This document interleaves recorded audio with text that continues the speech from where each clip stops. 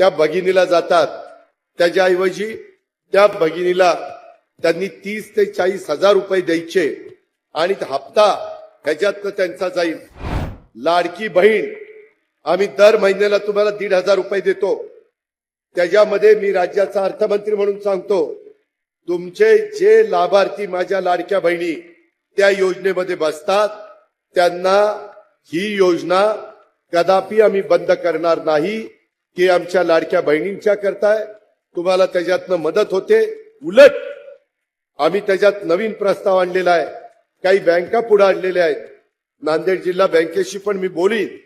काही जिल्हा मध्यवर्ती सहकारी बँका चांगल्या आहेत, तिथं आमचे दर महिन्याला 1,500 रुपये त्या भगिनीला जातात.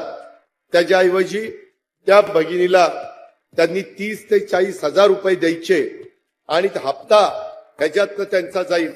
40-50 हजार रुपयाचं भांडवल जर तिला झालं तर त्याच्यातनं ती माझी बहीण काही ना काही स्वतःचा व्यवसाय करू शकेल आणि त्याच्यातनं स्वतःचं कुटुंब ती उभं करू शकेल. हे होऊ शकतं. महाराष्ट्रात काही बहिणींनी केलंय.